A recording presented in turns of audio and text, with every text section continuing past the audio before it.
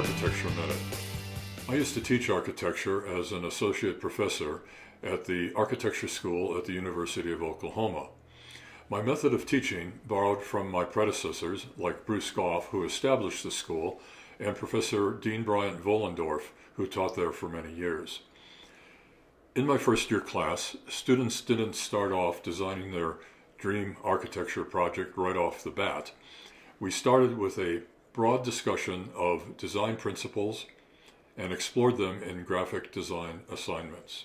This episode of Architecture Minute takes you through that class.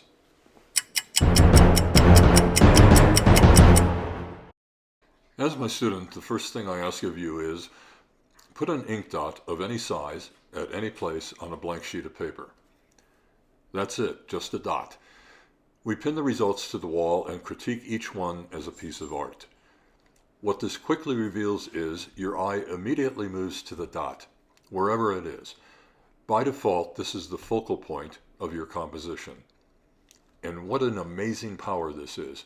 You, as a creator, actually have the ability to direct people's attention and movement, literally. Of course, the composition usually consists of more than just a focal point.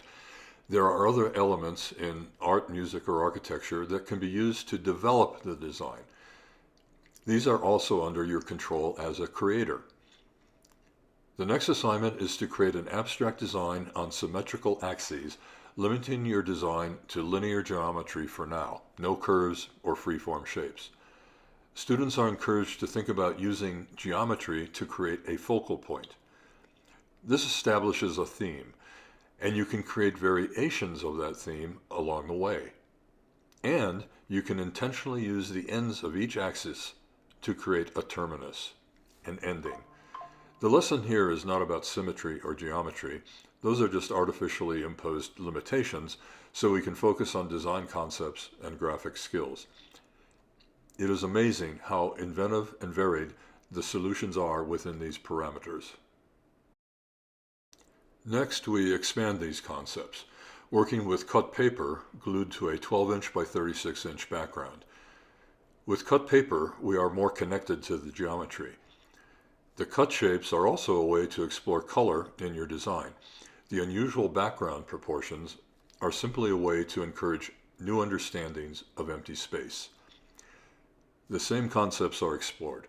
Focal point, variations on the geometric theme, terminals that conclude the design and reinforce the theme. Students display wide variations and inventiveness within the limitations imposed by the assignment. Next, we start expanding boundaries. Your composition can expand onto sub-axes. Strict axial geometry is loosened up. More design freedom introduces new and unexpected solutions.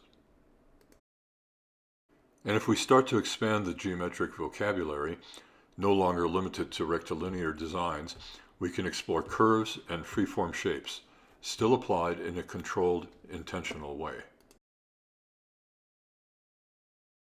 At this point, I like to take a moment to display student work in the architecture school gallery.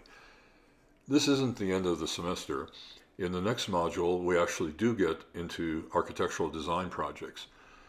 But these basic initial exercises are like a musician learning scales and chords.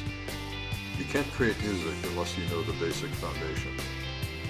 It's the same with architecture. Creativity is best built upon solid foundations.